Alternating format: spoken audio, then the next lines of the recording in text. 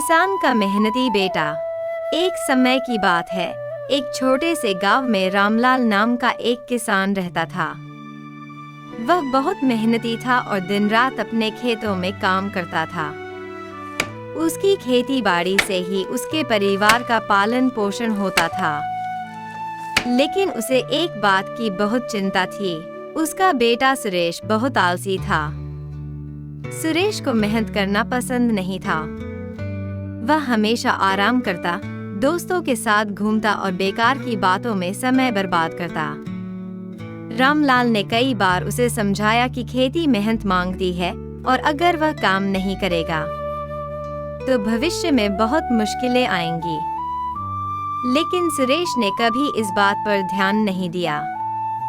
किसान की बीमारी और बेटे की चिंता कुछ साल बीत गए और एक दिन रामलाल अचानक बहुत बीमार पड़ गया। अब वह खेतों में काम करने लायक नहीं रहा। उसकी तबीयत दिन ब दिन खराब होती जा रही थी। उसने अपने बेटे को पास बुलाया और कहा, बेटा, अब मैं खेतों में काम नहीं कर सकता।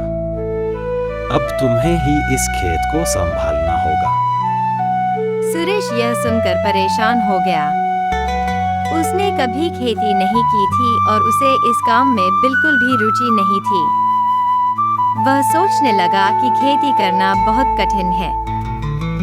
इससे अच्छा तो मैं इस खेत को बेच दूं और शहर जाकर आराम की जिंदगी जीऊं। उसने मन ही मन फैसला कर लिया कि खेत बेचकर। अगली सुबह सुरेश खेत बेचने के लिए एक व्यापारी से मिलने जाने लगा। तभी उसकी माँ ने उसे रोका और कहा, बेटा, खेत बेचने से पहले एक बार अपने पिता की आखिरी बात सुन लो।